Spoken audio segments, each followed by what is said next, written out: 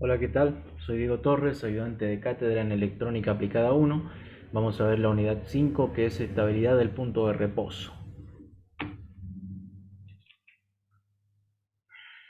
La variación de parámetros en un amplificador, como aquellas debidas a variaciones de temperatura, envejecimiento de los componentes y sustitución de dispositivos, provocan que el punto de trabajo del circuito a transistores se modifique respecto a su valor nominal. Esto puede afectar de manera adversa el desempeño. Por ejemplo, un cambio del punto Q puede reducir la máxima expulsión sin distorsión en la tensión de salida y en casos extremos llevar al transistor al corte o a la saturación sin que haya señal de entrada.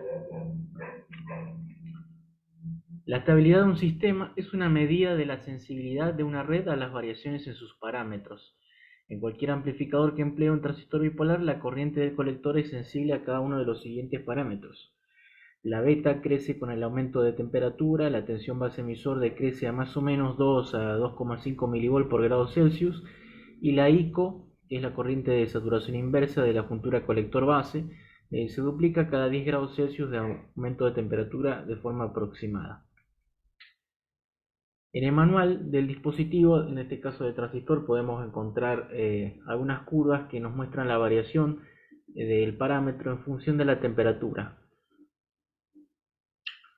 Por ejemplo, acá tenemos la variación de beta con respecto a la corriente de colector y a su vez tenemos juegos de curvas para distintos valores de temperatura.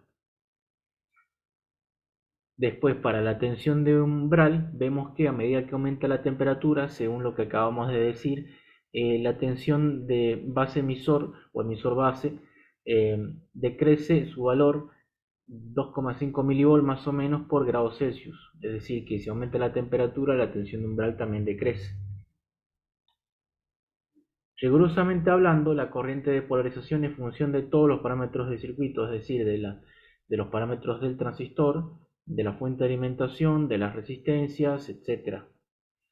A su vez, todos esos parámetros varían en función de la temperatura.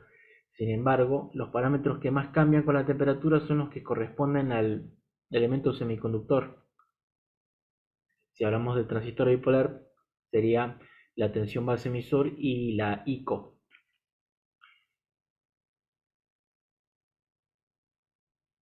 Podemos representar esa variación mediante estas funciones.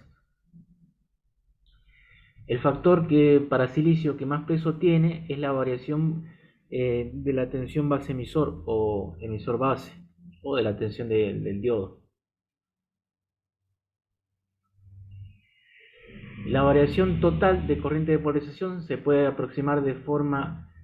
expresar de forma aproximada mediante el teorema de variación total, que ya lo vimos en dispositivos electrónicos. Nosotros acá vamos a usar las conclusiones directamente y podemos agregar tantos factores a esta relación como sean necesarios de contemplar, pero los tres que se analizan son los de mayor relevancia. Por ejemplo, podríamos agregar un factor representativo de la variación de la fuente de alimentación, pero ese factor es muy pequeño y varía y pesa menos que los que estamos tratando ahora.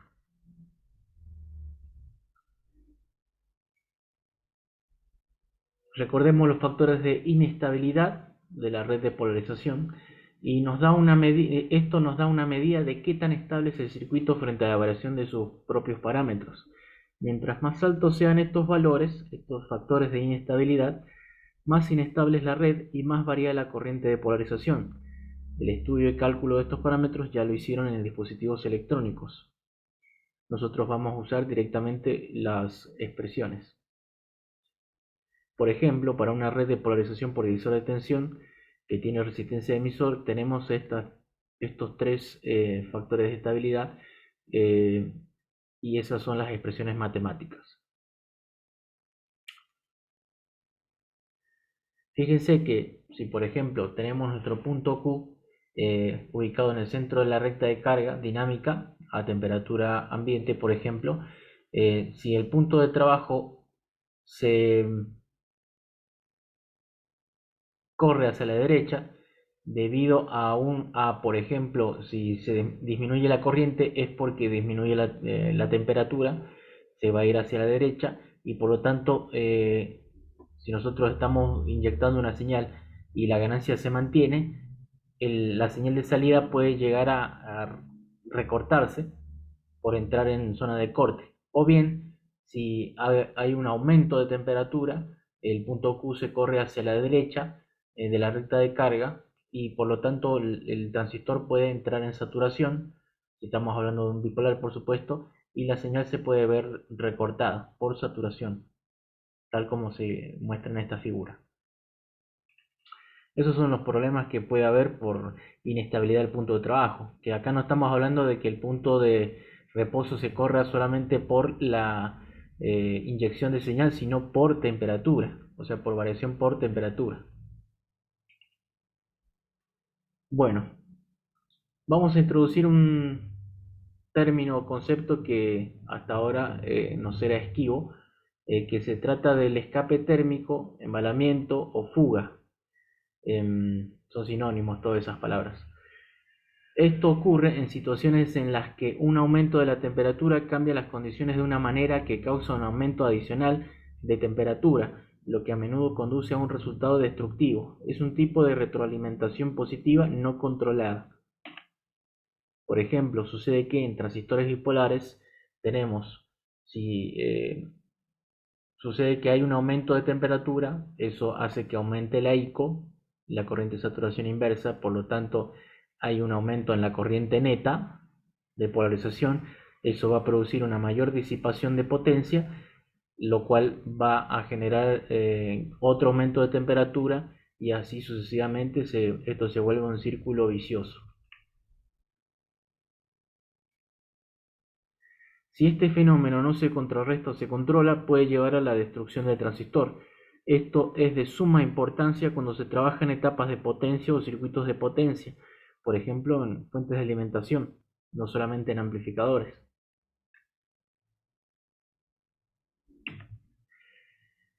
Después también tenemos lo que se llama la curva de degradación de potencia, que es una parte de la información que es importante tener en cuenta del dispositivo electrónico, en este caso el transistor, que nos dice que la capacidad de disipación de potencia máxima, que nos dice que eso disminuye a medida que la temperatura aumenta.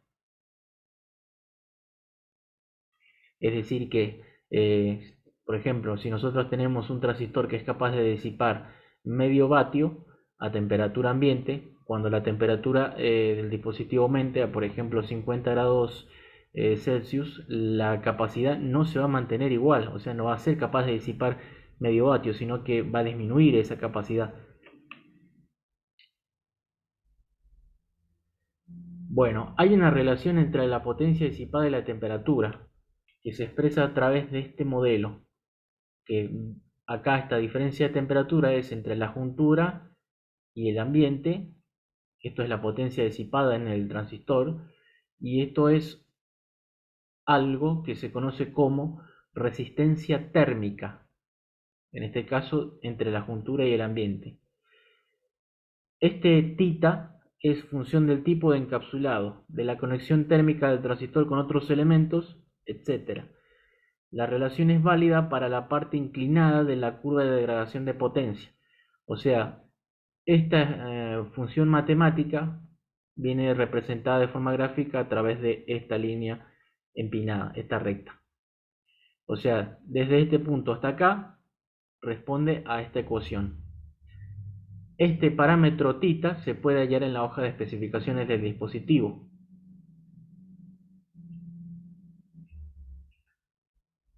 Resulta que hay una condición de estabilidad térmica, en la que nos dice que para evitar el escape debe suceder que la velocidad a la que se genera el calor en la unión de colector debe ser menor a la que el calor puede ser evacuado o disipado, donde PD es la potencia de colector máxima permitida que tendrá uno u otro valor dependiendo de la temperatura ambiente.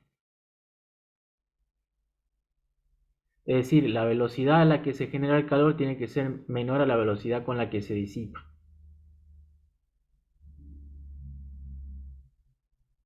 Esto lo podemos expresar de esa forma. Sería interesante evaluar si hay alguna relación entre la selección de un punto de trabajo seguro en pos de evitar la fuga térmica. Para ello podemos multiplicar un incremento parcial respecto de otro incremento parcial de la misma corriente, asociamos uno u otro y tenemos que la derivada parcial respecto de la corriente de polarización por la derivada parcial de la corriente de polarización respecto de la temperatura de juntura debería ser menor al recíproco de la resistencia térmica entre la juntura y ambiente. Bueno, nosotros conocemos la variación de la corriente de polarización en función de la temperatura, que lo podemos sacar a través de los factores de estabilidad y los coeficientes térmicos.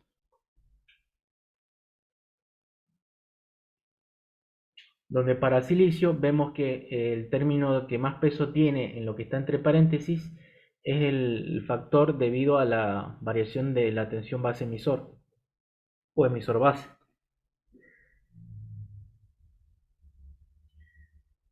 Y lo que está entre paréntesis siempre va a ser positivo porque esto es la variación de la tensión base emisor respecto a la temperatura. Recordemos que esta derivada parcial sería negativa porque la tensión base emisor disminuye su valor cuando aumenta la temperatura, es decir, una variación negativa. Y el factor de estabilidad referido a la tensión base emisor también es negativo, entonces esto siempre va a ser positivo. Entonces para que esta condición se verifique, no nos queda otra que la condición más favorable sea cuando la derivada de la potencia disipada en el colector respecto de la corriente sea negativa. Entonces partimos desde esta relación.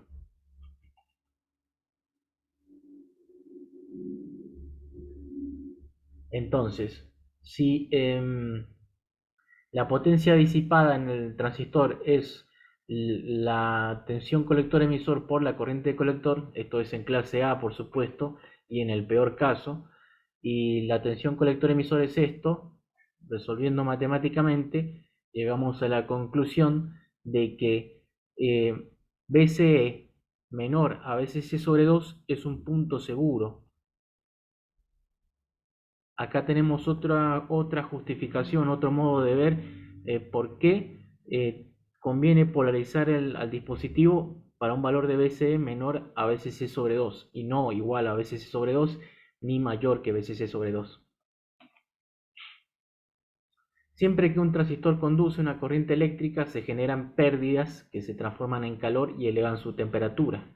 Este calor rápidamente debe ser disipado a fin de evitar que la temperatura interna llegue al máximo permisible, más allá del cual tiene lugar la fusión de la unión y la consiguiente destrucción del semiconductor. Estas son las limitaciones térmicas y de potencia.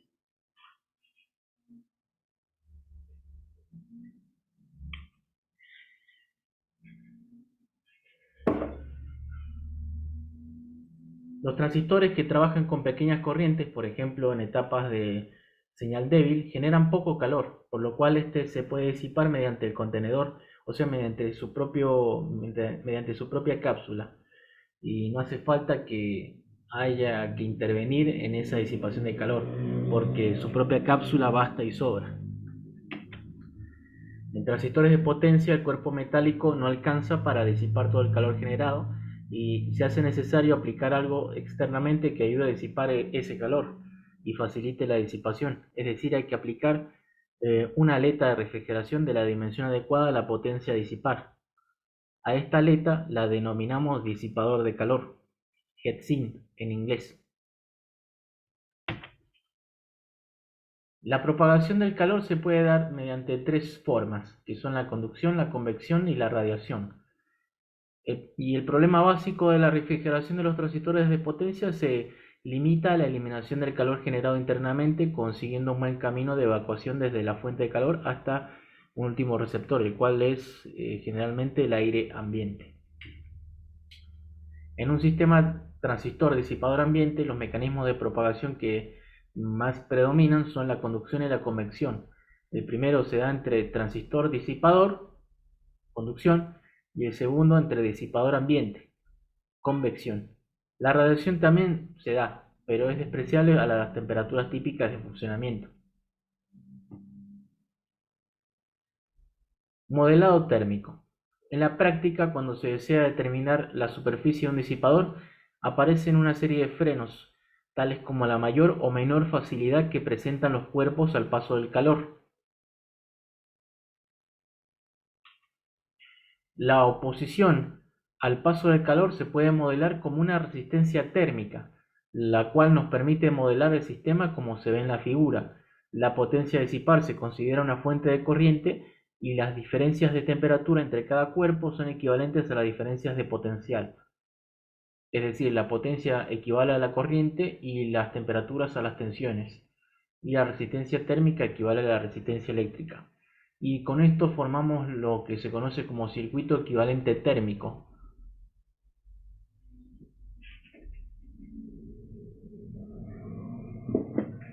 Acá, en este modelo, ya estamos incluyendo el agregado de un elemento externo como puede ser el disipador de calor.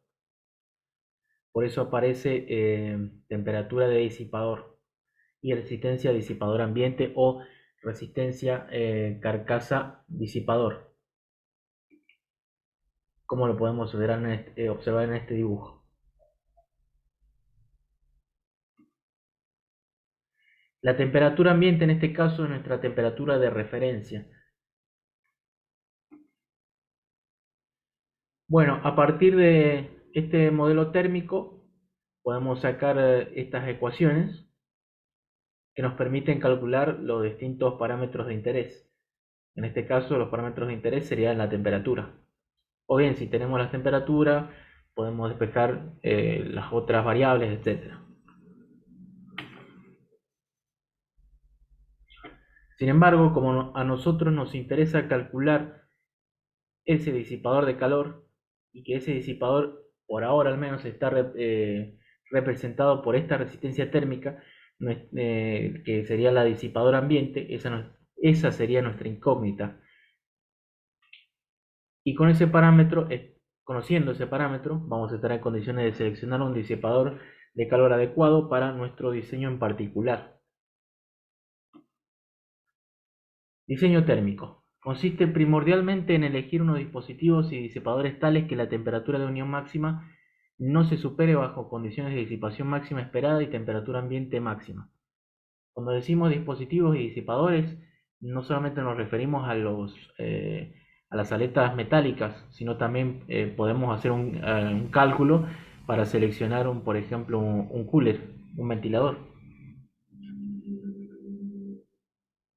Es una buena práctica, pero el cálculo que vamos a ver ahora solamente nos va a permitir seleccionar el disipador de calor. Si con eso no nos alcanzase para mantener al transistor a salvo, vamos a tener que agregar refrigeración forzada, que sería, por ejemplo, mediante un ventilador. Pero eso conlleva otro cálculo que no lo vamos a ver. A nosotros nos alcanza, al menos lo que les pedimos en la materia es que sepan calcular por lo menos el disipador de calor. Es una buena práctica mantener la temperatura de la unión muy por debajo de los valores máximos que se sugieren, ya que la probabilidad de un fallo del dispositivo aumenta con rapidez a medida que aumenta la temperatura. Es importante, al diseñar circuitos, que se consideren sus características térmicas para asegurar que la temperatura de la unión en los dispositivos activos no exceda sus especificaciones máximas. Y eligiendo una combinación adecuada de dispositivo, método de montaje, disipador, diseñamos para obtener una resistencia térmica encapsulado ambiente lo suficientemente baja. Veamos un ejemplo.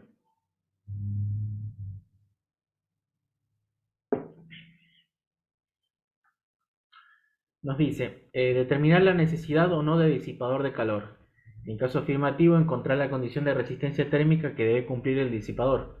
Los datos son los siguientes. Resistencia térmica juntura ambiente 62,5 grados Celsius por vatio. Resistencia térmica juntura carcasa 1,4 grados Celsius por vatio. Potencia de disipación máxima 2 vatios a temperatura ambiente de 25 grados Celsius. Potencia de disipación máxima de 90 vatios. a temperatura de carcasa de 25 grados Celsius. Esos son datos del transistor.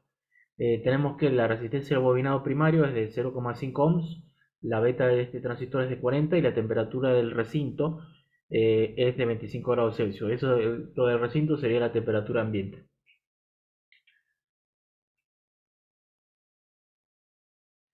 Este problema nos pide, básicamente lo que tenemos que hallar es si se necesita disipador. Primero tenemos que definir eso, si es necesario el disipador. Y si es así, nuestra incógnita va a ser la resistencia térmica disipador ambiente. Y con ese valor elegiríamos el disipador. Pero primero tenemos que determinar si es necesario o no.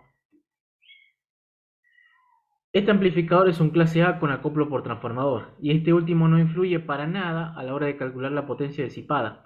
Sabemos que en clase A la peor condición es cuando no hay señal, entonces la potencia disipada sería tensión colector-emisor por corriente de colector. Lo primero entonces es calcular el punto de trabajo del transistor.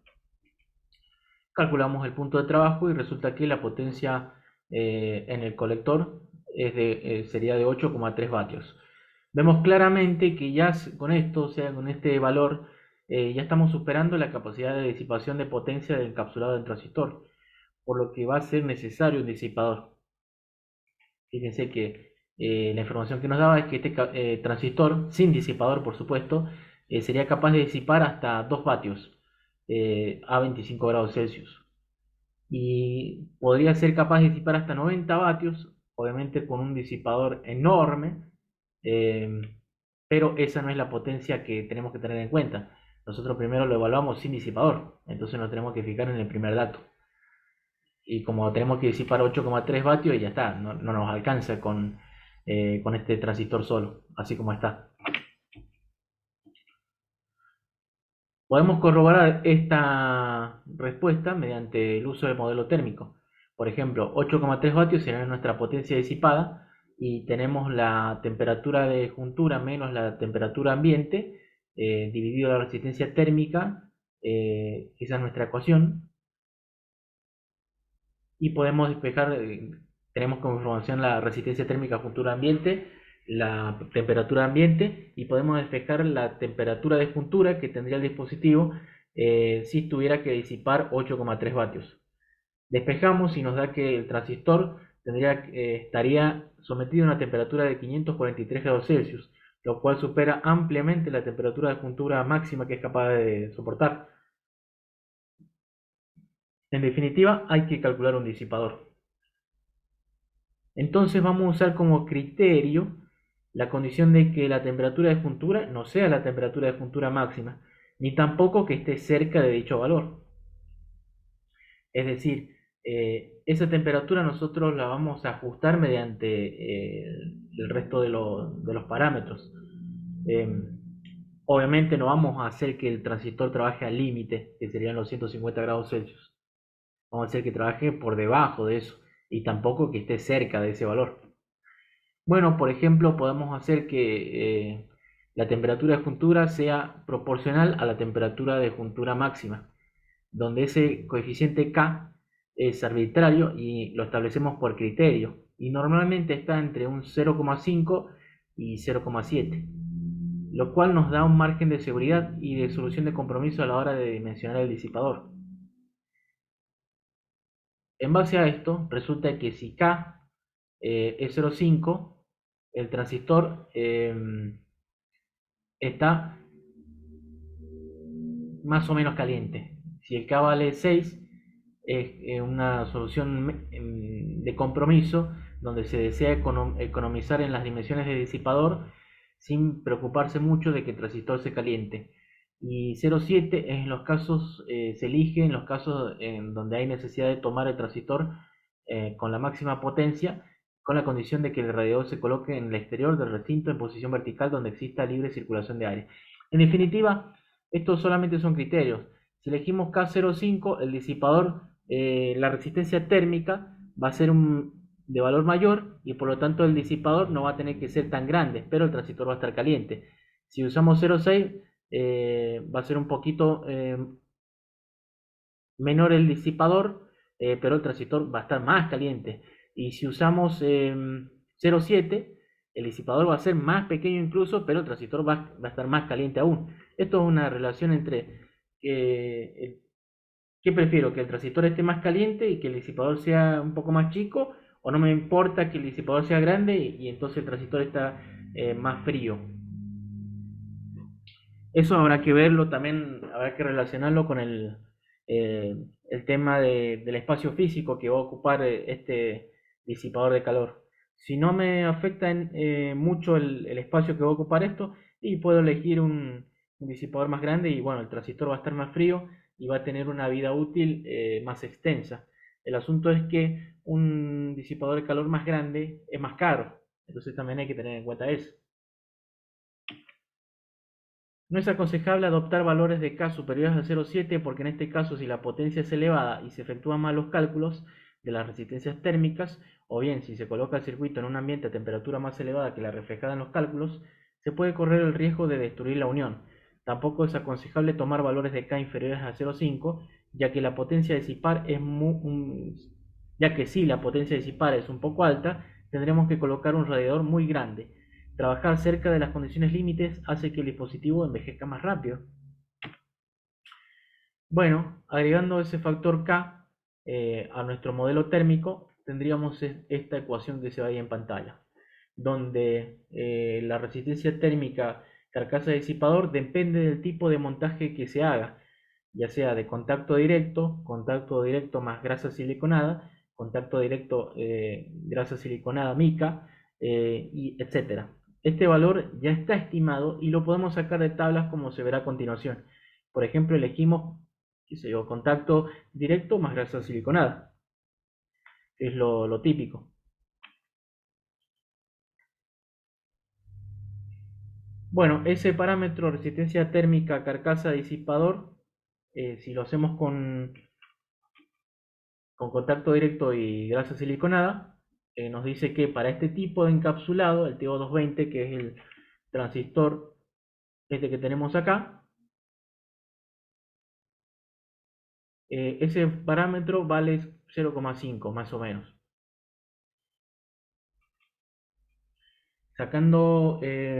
Contemplando ese valor y tomando un K de 0,5 por ejemplo, nos da que la resistencia térmica a disipador ambiente debería ser menor a 3,95 grados Celsius por vatio para disipar esa potencia de 8,3 vatios. Con esto se pueden ir a tablas y catálogos para escoger el tamaño y tipo de aleta que mejor se adapta a nuestro diseño. Así evitamos el escape térmico. Y ustedes me dirán, pero hay distintos valores de distintos tipos de grasa siliconada con diferentes aditamentos. ¿Por qué toman este K de 0,5? Porque para empezar, esta técnica, este método de cálculo del disipador, ya de por sí es aproximado, porque si quisiéramos ser minuciosos tendríamos que usar la termodinámica, pero a nosotros no nos interesa ser tan precisos en esto. Con que tengamos una solución aproximada, que esté, por ejemplo, por exceso, ya nos alcanza. ¿Para qué complicarse la vida? Entonces, con que nuestra grasa siliconada tenga más o menos aditamentos, no va a influir mucho en el cálculo del disipador. Entonces, por eso se toman esta tabla genérica.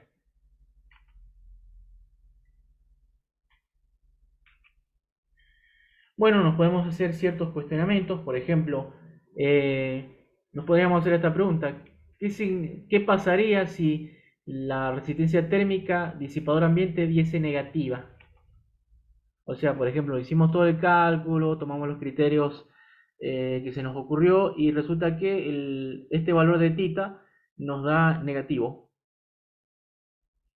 ¿Eso qué implica? Y que para las condiciones estas térmicas y de potencia no existe disipador alguno, porque es imposible que el calor vaya al revés.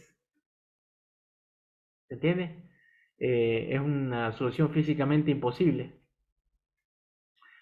¿Eso implicaría algún problema? Bueno, lo que les acabo de decir, que no existiría disipador que me permita trabajar bajo esas condiciones.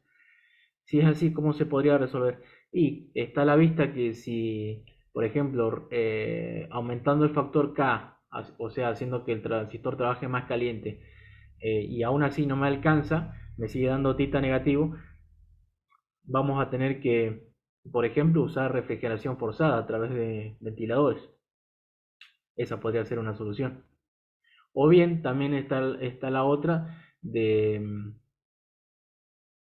buscar un transistor que sea capaz de manejar mayor potencia, de que tenga resistencia, juntura carcasa de menor valor, eh, colocar transistores en paralelo para poder manejar la misma potencia. Eh, esas son las soluciones que al menos a mí se me ocurre, y si no, ustedes investiguen. Bueno, acá está la información de este transistor, es tomada del manual de dispositivo.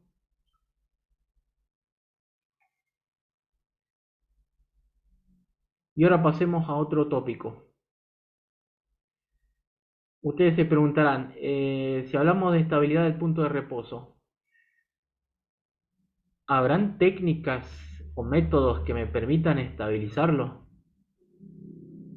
La respuesta es que sí, y se pueden diferenciar dos clases de técnicas, que son las llamadas técnicas de estabilización y técnicas de compensación. Ambas técnicas buscan lo mismo, que es mantener el punto Q lo más quieto que se pueda, frente a variaciones de temperatura. La diferencia está en cómo lo hacen. Veamos primero las técnicas de estabilización. Estas técnicas se basan en el uso de redes de polarización resistivas, incluyendo algún elemento que provea realimentación negativa, por ejemplo, la resistencia de emisor o la resistencia de base en una polarización colector-base. ¿Se acuerdan? Esas son redes que tienen realimentación negativa.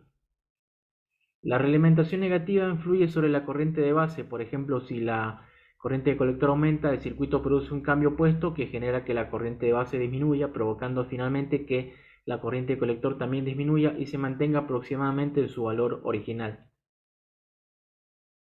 Por ejemplo, acá tienen. O sea, ahora lo estamos viendo desde otro punto de vista a estas redes, más allá de analizarlas mecánicamente.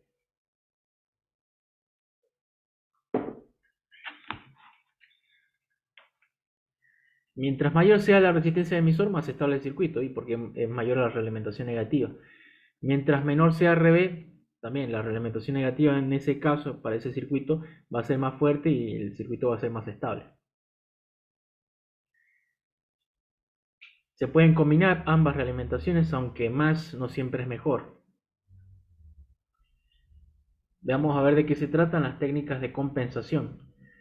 Estas técnicas se basan en la utilización de dispositivos semiconductores como diodos, transistores, termistores y termistores para paliar en la medida de lo posible los efectos de la temperatura en las características del dispositivo activo amplificador. Se busca que las características térmicas del elemento compensado y del elemento compensador sean lo más similares posibles, para así producir una variación neta idealmente nula. Los elementos compensadores se colocan en posiciones estratégicas del circuito, de modo que su variación con la temperatura se oponga a la variación del elemento activo amplificador. Por ejemplo, acá tenemos una compensación mediante diodo, y fíjense la posición donde está ubicado ese diodo. Si nosotros resolvemos, analizamos este circuito, las expresiones que obtendríamos serían estas, tanto para la corriente de polarización y como para el resto de los parámetros. Si nosotros diferenciamos esas expresiones respecto de la temperatura, veríamos que nos queda esta expresión. Estamos considerando obviamente que las resistencias no varían en función de la temperatura, pero ustedes saben que eso no es cierto. Lo que sí es cierto es que la variación de la resistencia por temperatura es mucho más pequeña que la variación de estos otros factores, y entonces podemos considerar que las resistencias se mantienen prácticamente constantes y no las tenemos en cuenta. Bueno, resulta que BCC es varias veces más grande que la tensión del diodo. por lo que cualquier variación en el diodo por temperatura, está en el orden de los milivolt, tiene muy poco peso en el numerador, es decir, acá. Ustedes verán, acá es más fácil de ver. Si la juntura, si por ejemplo la tensión del diodo varía por temperatura, lo va a hacer, por ejemplo, en una variación de 10 grados, vamos a tener 25 milivolt de variación en tensión. Entonces, por ejemplo, si acá tengo 0,7 volt y varío 25 milivolt, es decir, 10 grados de variación de temperatura, acá, por ejemplo, si aumenta, voy a tener 0, si aumenta la temperatura, voy a tener 675 milivolt. Y si acá, por ejemplo, tengo 12, que le reste 0,7 volt a esto, o 0,675 a esto, me da prácticamente lo mismo. Es decir, la corriente casi que ni varió, no se da ni cuenta.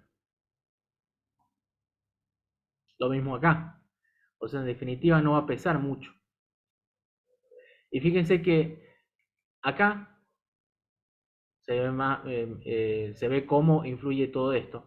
Fíjense que si la variación por temperatura de la juntura base emisor eh, es igual a la variación por temperatura de la tensión del diodo, estos términos se están restando, por lo tanto se van a cancelar. Lo único que va a terminar influyendo va a ser este factor de arriba. Y como vimos recién, este factor tiene muy poco peso en este. Entonces, en definitiva, la única dependencia que va a tener el circuito va a ser frente a la variación por temperatura de la fuente de alimentación, que es muy pequeña. Entonces prácticamente la corriente de polarización del transistor no varía.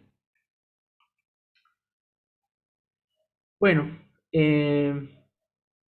si necesitamos si lo que se busca es que la variación por temperatura del diodo sea parecida o igual a la del transistor, ¿acaso no sería mejor colocar otro transistor? ¿Y qué mejor que colocar un transistor que sea igual que el transistor que va a funcionar como amplificador? Pero en este caso el transistor que está acá está cumpliendo la función del diodo. Y si ustedes se fijan bien, tiene la base y el colector cortocircuitados, por lo tanto se está comportando como si fuera un diodo. Es un transistor, pero se está comportando como diodo. Entonces, recordemos que la clave es lograr que la variación por temperatura de estos dispositivos sean iguales. Entonces, si ponemos un transistor conectado como diodo, se puede lograr una mejor paridad que si lo hiciésemos con un diodo. Después tenemos, por ejemplo, la compensación mediante dos diodos. Hacemos el análisis de este circuito y resulta que si hacemos que la resistencia de R1 sea igual a la de R2 y diferenciamos, obtenemos esta expresión.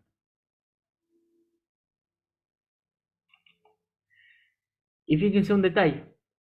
Si esta tensión, esta variación por temperatura, si el diodo tiene la misma que el transistor, esta variación se cancela. Y de la única variación que dependeríamos sería de la fuente de alimentación, que prácticamente no varía, entonces esta derivada sería cero, y por lo tanto acá esto también va a ser cero.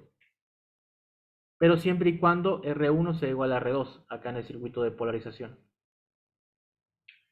Por supuesto que acá también estos dos diodos podríamos reemplazarlos por dos transistores conectados como diodos. Estos solamente son algunos de los circuitos de compensación que podemos usar. Hay otras variantes más. Nosotros les mostramos algunos ejemplos.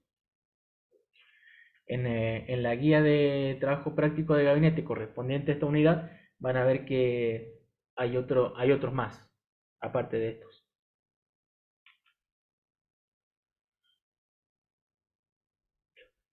Bueno, ahora veamos la compensación usando termistores. ¿Qué es un termistor? Es un tipo de resistor cuyo valor varía en función de la temperatura de una forma más acusada que una resistencia común. Es decir, acá la variación por temperatura es más acentuada que la variación que tiene una resistencia común. Su funcionamiento se basa en la variación de la resistividad que presenta un semiconductor con la temperatura. Es decir, que los termistores son construidos en base a un semiconductor.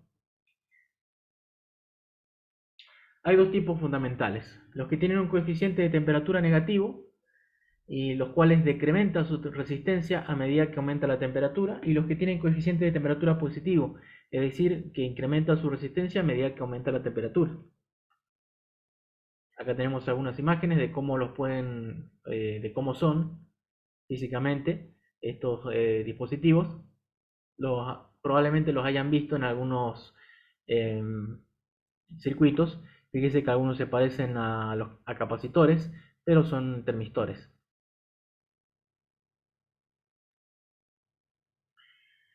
Bueno, ¿cómo podríamos usar, por ejemplo, un NTC, que sería un termistor cuya resistencia disminuye a medida que aumenta la temperatura? Bueno, si quisiésemos usar un NTC, como se le suele llamar, tendríamos que colocarlo como se muestra ahí en la figura. Entonces, si hacemos el análisis cualitativo, vemos que si la temperatura aumenta, la corriente de colector va a aumentar, pero eso va a hacer que la resistencia R2, que en este caso es el NTC, disminuya, lo cual hace que disminuya la tensión de base. Y si disminuye la tensión de base, disminuye la corriente de colector. Y bueno, si sucede lo contrario, va a pasar esto, que se ve ahí abajo. Si usamos un PTC, la posición sería como se muestra acá. Ahí tendríamos que colocar el PTC. Y si la temperatura aumenta, sucede esto, y si la temperatura disminuye, sucede esto otro. Eh, Esta es una forma, al menos conceptual, de cómo sucedería un termistor. Pero lo que también se puede hacer es, por ejemplo, para que la dependencia no sea brusca respecto al termistor, o sea, por ejemplo, el termistor varía bruscamente, tiene una curva de transferencia empinada, por ejemplo, que para un pequeño cambio de temperatura hay una gran variación de resistencia. Bueno, el circuito sería muy sensible a eso. Entonces, para que no sea tan sensible, lo que se suele hacer es, por ejemplo, acá colocaríamos una resistencia común y corriente R2, y en paralelo podríamos colocar un NTC para que compense de manera más suave. Lo mismo acá, si usásemos el PTC, podríamos colocar una R1 común y en paralelo con esta un PTC, cosa de que corrija el valor de resistencia de manera más acotada. Conclusiones: la compensación permite contrarrestar los cambios por temperatura, pero siempre y cuando las características térmicas de los dispositivos compensadores sean idénticas o similares a la del dispositivo compensado. Los semiconductores generalmente son más caros que los resistores, así que la compensación es una técnica más costosa que la estabilización. Bueno, hasta ahora hablamos exclusivamente de transistor bipolar, pero ¿qué pasa con los FETs? Afortunadamente, la inestabilidad por temperatura no es un gran problema en amplificadores con FET, aunque la corriente de fuga de compuerta aproximadamente se duplica cada 10 grados Celsius. Por ejemplo, en un JFET es una juntura en inverso, por lo tanto era lógico que tuviese esta variación por temperatura. En tanto que la tensión de umbral, la BT, o la tensión de estrangulamiento, la BP, decrecen aproximadamente 2 a 2,5 mV por grado Celsius, al igual que la tensión de umbral en los BJT. No es contradictorio. O sea, si estamos diciendo que los circuitos con FET no sufren de esto, pero después pero estamos viendo y lo estamos diciendo que en realidad sí sufren de variaciones por temperatura. Entonces, ¿cuál es la cosa? ¿Cómo es, ¿cómo es el asunto? Bueno, resulta que el aumento de temperatura en FETs reduce la movilidad de los portadores de carga en el canal, es decir, la corriente de drenaje tiende a disminuir. Sin embargo, el aumento de temperatura reduce la región de vaciamiento, lo cual tiende a incrementar la corriente de drenaje. Estos dos efectos se oponen entre sí, dando como resultado un relativamente bajo coeficiente de temperatura para el FET. Por ello, basta con aplicar realimentación negativa con RS, resistencia de surtidor, o RG, que si estuviésemos hablando de una polarización por realimentación de drenaje, para estabilizar térmicamente el dispositivo. Es decir, con aplicar un poco de realimentación ya está, basta y sobra. Y aparte, por este motivo, esta es la razón de por qué se pueden conectar en paralelo los FETs tranquilamente, a diferencia de los bipolares, donde había que incluir resistencias de ecualización en los emisores. Eso es todo.